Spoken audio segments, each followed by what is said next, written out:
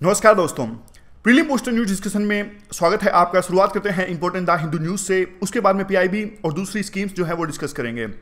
सबसे पहले front page पे एक न्यूज है, मद्रास हाईकोर्ट ने वंदे मातरम को गाना कंपलसरी कर दिया है। दो तरह की बातें कही हैं मद्रास हाईकोर्ट ने। एक तो यानी स्कूल्स, कॉलेजेस, यूनिवर्सिटीज या फिर दूसरे जो एजुकेशनल संस्थान है वहां पे कम से कम हफ्ते में एक बार वंदे मातरम को गाना पड़ेगा और प्रेफर किया जाएगा मंडे या फिर फ्राइडे को। इसके अलावा दूसरी जो कंपनीज हैं, गवर्नमेंट ऑफिसेज या दूसरे जो इंस्टीट्यूशंस हैं, वहां पे भी मद्रास हाईकोर्ट ने कहा कि महीने में एक बार कम से कम वंदे मातरम गाना पड़ेगा। मकसद क्या है? मद्रास हाईकोर्ट के इस वर्डिक्ट का ऑब्जेक्टिव ये है कि लोगों के अंदर में एक विश्वास जगाया जा सके, नेशनलिज्म की जो भावना है उसको इंस्टिल किया जा सके। पोटेंशियल क्वेश्चंस कई तरह से पूछे जा सकते हैं वंदे मातरम के बारे में। वंदे मातरम हमारा नेशनल सॉन्ग है।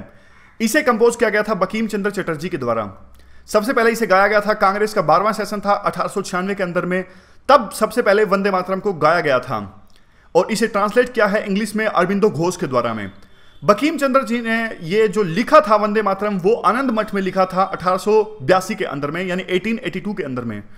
और जो पहले दो वर्सेस हैं यानी पहले दो गद्य हैं वो उठाए गए हैं, वो हैं हमारे वंदे मातरम, यानी आनंद मठ के जो पहले दो गद्य हैं, पहले दो स्टांसेस हैं, उनको उठा के वंदे मातरम यानी हमारा नेशनल सॉन्ग है उसका स्टेटस दिया गया है। और एक और जो बात आपको याद रखनी है कि जो स्टेटस राष्ट्रीय गान का है वही स्टेटस वंदे मातरम का है, यानी इक्वल स्टेटस दिया गया है।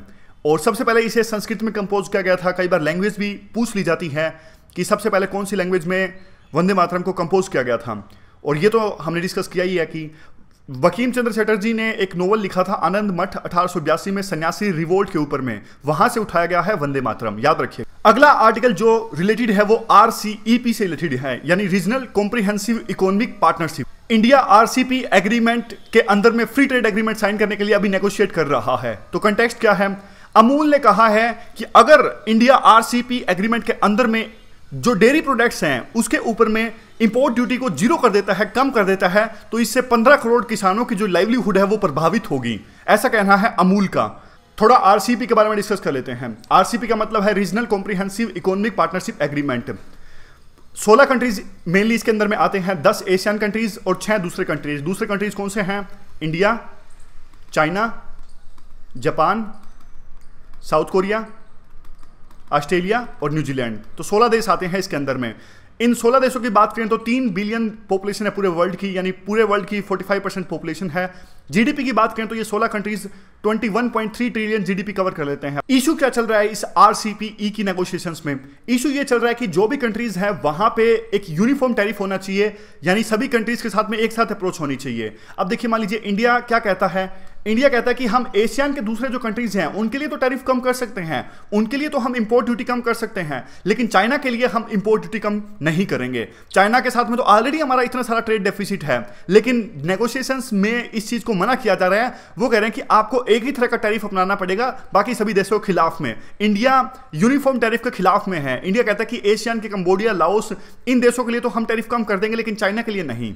शुरुआत हुई थी इन नेगोशिएशंस की, कंबोडिया में समिट हुआ था 2012 में। वहां से एक तरह से पहले तो इसे अल्टरनेटिव माना जा रहा था टीपीपी का, यानी ट्रांस पैसिफिक पार्टनरशिप का, लेकिन बाद में तो ट्रांस पैसिफिक पार्टनरशिप आपको पता है कि यूएस वहां से अब वापस निकल गया है। तो अब ट्रांस पैसिफिक पार्टनरशिप तो क्या सफल हो पाएगा या नहीं हो पाएगा वो तो आगे वाला वक्त ही बताएगा, लेकिन फिलहाल आरसीपी की नेगोशिएशंस उसकी वजह से जो हमारे लाइवलीहुड चला जाएगा, डेयरी सेक्टर में जो किसान लगे हुए हैं उनका, तो इसीलिए विरोध किया जा रहा है अमूल के द्वारा इस पूरी नेगोशिएशंस का। अगला जो आर्टिकल है वो ओआईसी से रिलेटेड है, यानी organisation of Islamic cooperation. Context क्या है? ऑर्गेनाइजेशन ऑफ इस्लामिक कोऑपरेशन ने कंसर्न्स जारी किए इंडिया के अंदर में काउ विजिलेंस ग्रुप्स के द्वारा जो अटैक्स हुए हैं मुस्लिम्स के ऊपर में, उस पर कंसर्न्स रेज किए और इंडिया ने इस बात का कड़ा विरोध जताया। तो ऑर्गेनाइजेशन ऑफ इस्लामिक कोऑपरेशन जो है उसके बारे में थोड़ा सा हम डिस्कस कर लेते हैं। 1969 यानी 1969 में ये ऑर्गेनाइजेशन ऑफ इस्लामिक कोऑपरेशन का गठन किया गया था। मेनली मुस्लिम कंट्रीज आते हैं इस ऑर्गेनाइजेशन के अंदर में, 57 स्टेट्स आते हैं इस ऑर्गेनाइजेशन के अंदर में, और मेनली सारे के सारे जो है मुस्लिम कंट्रीज हैं। और ये मकसद भी इनका यही है, इस ऑर्गेनाइजेशन का ऑब्जेक्टिव भी यही है कि मुस्लिम वर्ल्ड की आवाज़ उठाना, मुस्लिम कंट्रीज की, मुस्लिम पीपल की आवाज़ उठाना और उनके इंटरेस्ट को बचाना, 3 लैंग्वेज यूज होती हैं, अरबिक, इंग्लिश, फ्रेंच, ये सब तो नहीं पूछेंगे। एक बात ये याद रखना, हमारे देश में भी बहुत ज्यादा मुस्लिम पॉपुलेशन है, फिर भी हमें सीट नहीं दी गई है ऑर्गेनाइजेशन ऑफ इस्लामिक कोऑपरेशन के अंदर में। याद रखना, अगर इस प्रकार से क्वेश्चन आता है कि whether we are the member of organisation of Islamic cooperation, then certainly you have to choose the option that we are not the member of organisation of Islamic cooperation. अगला आर्टिकल डॉक्टर यशपाल से related है। Doctor Yashpal का 90 वर्ष की आयु में निधन हो गया है। ये एक बहुत फेमस साइंटिस्ट थे, कम्युनिकेटर थे और इंस्टीट्यूशनल बिल्डर थे। डायरेक्टर भी रहे हैं इसरो की जो एप्लीकेशन डिपार्टमेंट है, वहां पे ये डायरेक्टर थे। इसके अलावा इन्होंने काफ़ी रिसर्च में काफ़ी अच्छा काम किया है। रिमोट सेंसिंग टेक्नोलॉजीज को काफ़ी इन्होंने डेवलप किया। इनके बारे में एक एनेक्डोट कहा जाता है कि जब रिमोट सेंसिंग टेक्नोलॉजीज को डेवलप करने की बारी आई तो कुछ साइंटिस्ट ने ऐसा कहा कि हमें यूएस से टेक्नोलॉजी लेनी चाहिए, हमारे साइंटिस्ट को भेजना चाहिए यूएस के अंदर में रिसर्च के लिए, सीखने के लिए। लेकिन इन्होंने खुद से अपनी टीम जुटाई Tata institute of fundamental research से और मिलके रिमोट सेंसिंग टेक्नोलॉजीज को डेवलप किया। मेक इन इंडिया आज तो एक पॉलिटिकल क्लीशे हो चुका है, यानी एक पॉलिटिकल स्लोगन बन चुका है। लेकिन काफ़ी पहले इन्होंने मेक इन इंडिया का नारा दिया था और कहा था कि वास्तव में हमें इस प्रकार के कैंपेन पे फोकस किया जाना चाहिए जो मैन्युफैक्चरिंग को स्ट्रॉन्ग किया जाना चाहिए हमारे देश के अंदर में। तो इनकी जो सर्विसेज देश के लिए जो इन्होंने काम किया उसकी वजह से इनको पद्म भूषण और बाद में पद्म विभूषण से भी नवाजा गया 2013 के अंदर में। अगला article suspension of operation agreement के बारे में है।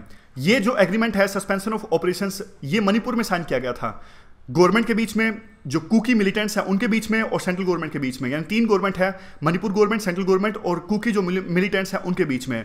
तो अब मणिपुर गवर्नमेंट ने कहा है कि जो कुकी मिलिटेंट्स हैं वहां पे अगर वो ग्राउंड रूल्स को वायलेट करते हैं तो हम ये सस्पेंशन ऑफ एग्रीमेंट्स, यानी जो हम अब इस ऑपरेशंस नहीं चला रहे हैं मिलिटेंट्स के खिलाफ में, अपने ऑपरेशन को सस्पेंड कर देंगे और फिर से अब एक प्रकार से ऑपरेशन चलाना स्टार्ट कर देंगे मिलिटेंट्स के खिलाफ में। तो आपको पता होगा मणिपुर में 3 मेनली ट्राइब्स हैं, कुकी, नागा और मैतीज। आपस में काफ़ी डिफरेंसेस हैं इनके बीच में और अलग अलग तरह की डिमांड्स हैं। कुछ रिबल ग्रुप्स हैं वो अलग से देश की मांग कर रहे हैं, कुछ रिबल ग्रुप्स जो हैं वो अलग से स्टेट की मांग कर रहे हैं। तो काफ़ी डिफरेंसेस हैं, काफ़ी टेंशंस यहाँ पे रहती हैं। अगला आर्टिकल वैसे प्रीलिम के लिए तो इतना इंपॉर्टेंट नहीं है, सिर्फ 20 सेकंड के लिए सुन लीजिए। यह है कि सोशल मीडिया का किस प्रकार से यूज किया जा सकता है वेलफेयर के लिए। जो स्कीम्स सरकार ने चला के रखी है उनकी अवेयरनेस फैलाने के लिए जनता के बीच में, तो काफ़ी बड़ा रोल हो सकता है। साफ साफ टॉपिक है role of social media, paper 3 में ये टॉपिक है, तो वहाँ पे इस तरह की बातें आप यूज कर सकते हैं। 3 T's जो है ये अगर ये पॉइंट लिखोगे तो मेंस में काफ़ी वैल्यू एडिशन हो सकता है। 3 T यानी टेक्नोलॉजी, टीम वर्क और ट्रांसपेरेंसी, तीनों चीज़ें आती हैं सोशल मीडिया की सहायता से। बस एक छोटा सा पॉइंट था। अब पीआईबी में देख लेते हैं कौन कौन से इंपॉर्टेंट आर्टिकल्स हैं पीआईबी के अंदर में। पहला आर्टिकल प्रोफेसर UR राव के निधन से रिलेटेड है। ये हम इसलिए डिस्कस कर रहे हैं क्योंकि देखिए बिल्कुल 5-10 सेकंड लगते हैं, लेकिन अब कुछ छोड़ने की मंशा नहीं है हमारी, क्योंकि यूपीएससी किसी भी तरह का क्वेश्चन पूछ लेती है कि अच्छा तो यही होगा कि 10-20 सेकंड जिस चीज में लगते हो बस एक बार डिस्कस कर लें। प्रोफेसर UR राव का काफी अहम योगदान रहा रिसर्च को प्रमोट करने में। काफी internationally famous renowned space scientist ये थे, चेयरमैन भी थे इसरो के। बाद में इन्होंने सेक्रेटरी डिपार्टमेंट ऑफ स्पेस के तौर पर भी काम किया और चांसलर भी थे Indian institute of science and technology at Thiruvananthapuram पे। और इनकी सेवाओं के लिए सरकार ने इनको पद्म भूषण और बाद में पद्म विभूषण से भी नवाजा गया। अगला आर्टिकल इंडियन नेशनल कांग्रेस इन पंजाब के बारे में है। वाइस प्रेसिडेंट ने यानी उपराष्ट्रपति ने एक बुक रिलीज करी है, नाम है इंडियन नेशनल कांग्रेस इन पंजाब। उन्होंने कहा कि पंजाब जो था वो आज़ादी की लड़ाई जब लड़ी जा रही थी तो पंजाब एक अहम सेंटर था, केंद्र था। यूपीएससी के लिए 2 चीज़ें इंपॉर्टेंट है इसमें देखिए। पहला जो एनुअल कन्वेंशन कांग्रेस का आयोजित किया गया था पंजाब में, वो अनडिवाइडेड पंजाब के लाहौर में आयोजित किया गया था 1893 के अंदर में। और ये जो सेशन था वो ऑर्गेनाइज हुआ था दादा भाई नौरोजी की अध्यक्षता में। तो बस ये 2 चीजें याद रखना। अगला article India international institute of democracy and election management के बारे में है। ये institute election commission of India ने इस्टेब्लिश किया था 2011 के अंदर में। काम क्या है इस इंस्टीट्यूट का? काम यह है कि जो इलेक्शन ऑफिशियल्स को किस प्रकार से ट्रेनिंग दी जाती है या फिर इलेक्शंस कंडक्ट करवाने में टूल्स पे, इक्विपमेंट्स पे, प्रोसेस पे रिसर्च करता है ये इंस्टीट्यूट। अभी क्या कॉन्टेक्स्ट है?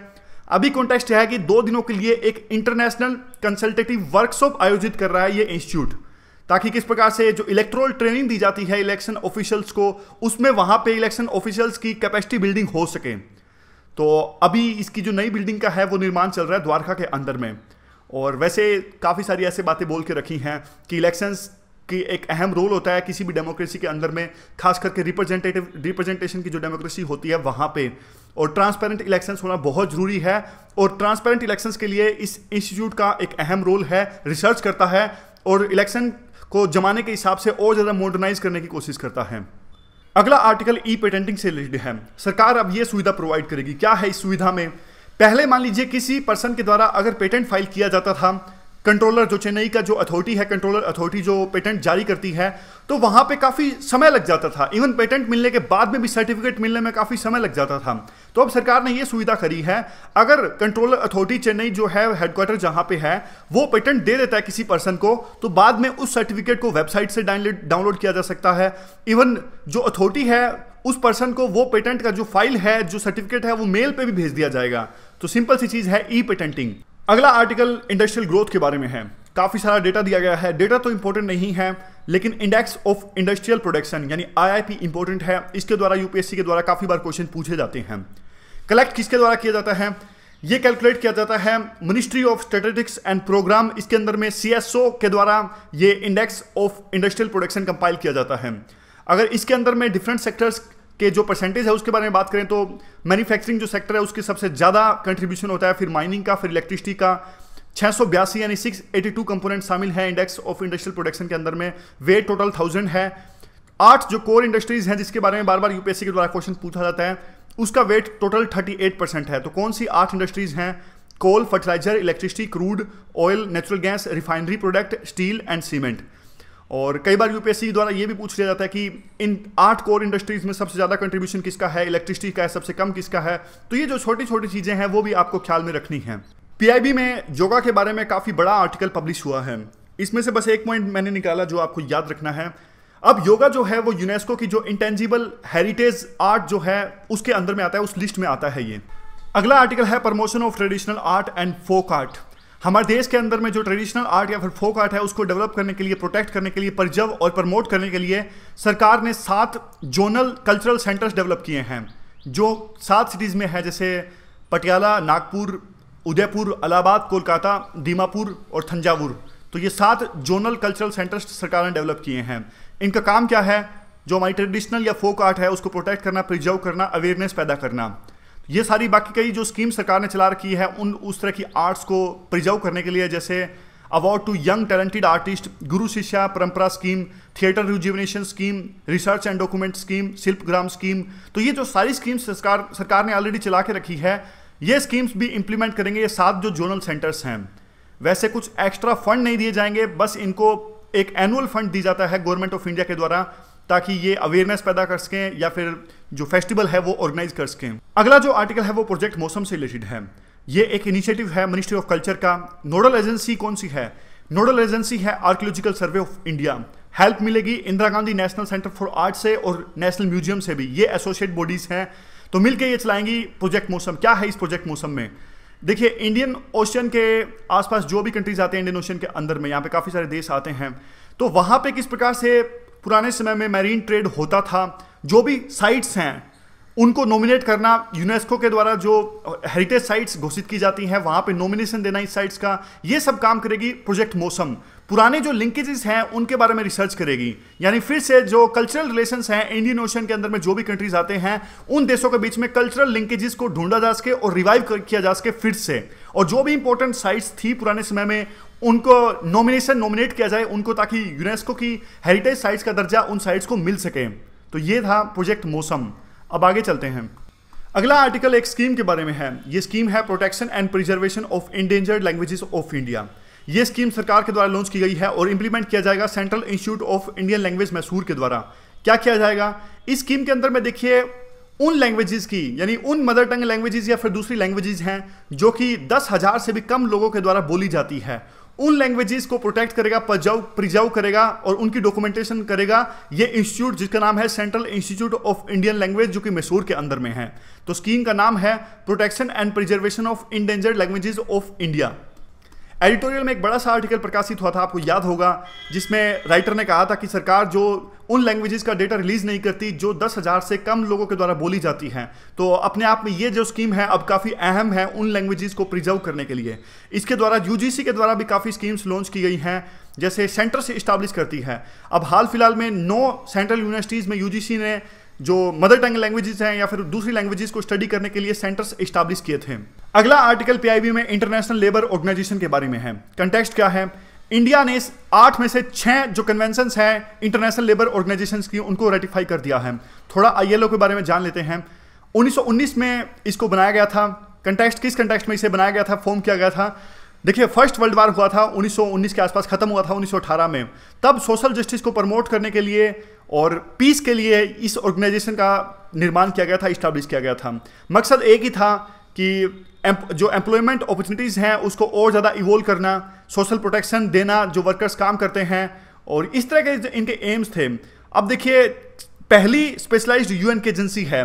सोच के देखिए, यूएन का खुद का ही निर्माण हुआ था 1945 के अंदर में, और जो आईएलओ है उसको तो बनाया गया 1919 में, यानी इवन यूएन से भी पुराना ये इंस्टीट्यूशन है। बाद में यूनाइटेड नेशंस का एक ऑर्गन ये बन गया था, और एकमात्र एक ऐसी यूएन की एजेंसी है जहां पे तीनों स्टेक होल्डर्स हैं, यानी गवर्नमेंट भी है, एम्प्लॉयर भी हैं और एम्प्लॉयज़ भी हैं। तो तीनों स्टेक होल्डर्स के बीच में नेगोशिएशंस करवाती है और पीस इस्टेब्लिश करवाती है, वर्कर्स को उनको जो सोशल जस्टिस दिलवाती है, उनको राइट्स की सुरक्षा करती है। ये ऑर्गेनाइजेशन जिसका नाम है इंटरनेशनल लेबर ऑर्गेनाइजेशन। अगला आर्टिकल पीआईबी में आरंभ एप्लीकेशन के बारे में है।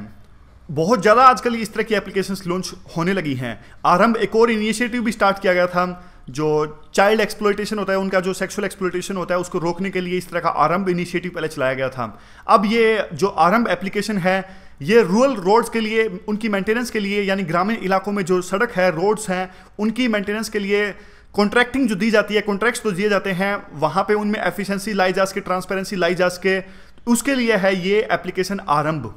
चलिए थोड़ा रिकैप कर लेते हैं कौन कौन सी चीज़ें आज हमने डिस्कस करी।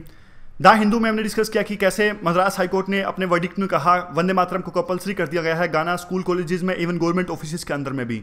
सस्पेंशन ऑफ एग्रीमेंट के बारे में हमने जाना, suspension of operations agreement. Doctor Yashpal के बारे में जाना, फेमस साइंटिस्ट थे, इनका निधन हो गया है। ऑर्गेनाइजेशन ऑफ इस्लामिक कोऑपरेशन के बारे में डिस्कस किया। Zero duty to hit the Indian dairy industry, RCP negotiations का, एग्रीमेंट का क्या फ़र्क पड़ेगा जो हमारे डेयरी सेक्टर में जो किसान जिनको लाइवलीहुड मिल रही है उनके ऊपर में, अगर इंपोर्ट ड्यूटी कम कर दी जाती है तो। पीआईबी में हमने प्रोफेसर यूआर राव के बारे में डिस्कस किया। इंडियन नेशनल कांग्रेस इन पंजाब के बारे में थोड़ा सा फैक्ट्स डिस्कस किए। इंडिया का जो international institute of democracy and election management के बारे में डिस्कस किया। ई पेटेंटिंग डिस्कस किया। आईआईपी के बारे में थोड़ा हमने डिस्कस किया। योगा को इंटेंजिबल कल्चरल हेरिटेज का दर्जा मिल गया है, वो भी डिस्कस किया। Promotion of traditional art and folk art, project Mausam, protection and preservation of endangered languages of India, international labour organisation के बारे में डिस्कस किया, और आरंभ एप्लीकेशन के बारे में भी डिस्कस किया।